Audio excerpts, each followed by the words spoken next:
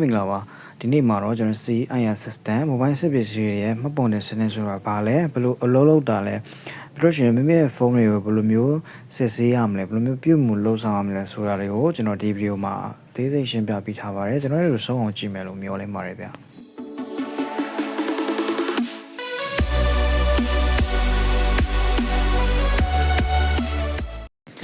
CIR system ဆိုတာကတော့ကျွန်တော်တို့ရဲ့ဖုန်းတွေမှာပါတဲ့ IMEI နံပါတ်တွေကိုဒီစရင်တွင်းတဲ့စနစ်တစ်ခုပေါ့နော်ဒီစနစ်ကကျွန်တော်တို့အသုံးပြုပြီးဖုန်းတွေရဲ့ဒီမှတ်ပုံတင်ထားလားမတင်ထားလားအခြေအနေကိုစစ်ဆေးပြီးတဲ့စနစ်ပဲဖြစ်ပါတယ်ပြီးလို့ရှိရင်ကျွန်တော်ကိုယ့်ရဲ့ဖုန်းကိုမှတ်ပုံတင်ထားလားမတင်ထားလားစစ်ဆေးတဲ့ဗီဒီယိုလေးကိုလည်းကျွန်တော်နောက်ဆုံးမှာထည့်သွင်းပေးထားပါတယ်ဒီကျွန်တော်အနေနဲ့ဘယ်လိုမျိုးလောက်ဆောင်ထားရမလဲဆိုလို့ရှိရင်တော့ဒီကိုလက်ရှိတုံးနေတဲ့ဖုန်းတွေကတော့ခွန်ဆောင်ကြမလို့ပဲခါရဲမပုံတင်ပြီးသားဖြစ်တယ်ပေါ့နော်ဘာလို့ဆိုတော့ကျွန်တော်တို့ SIM card ကိုအမြဲတမ်းထည့်ထားရတဲ့အတွက်အရင်လို့ကိုယ်တိုင်ကစစ်ဆေးခြင်းတယ်ဆိုလို့ရှိရင်လည်းကျွန်တော်တို့စစ်ဆေးရမယ့်နည်းလမ်းလေးတွေကိုဗီဒီယိုရဲ့နောက်ဆုံးမှာဖော်ပြပေးထားပါတယ်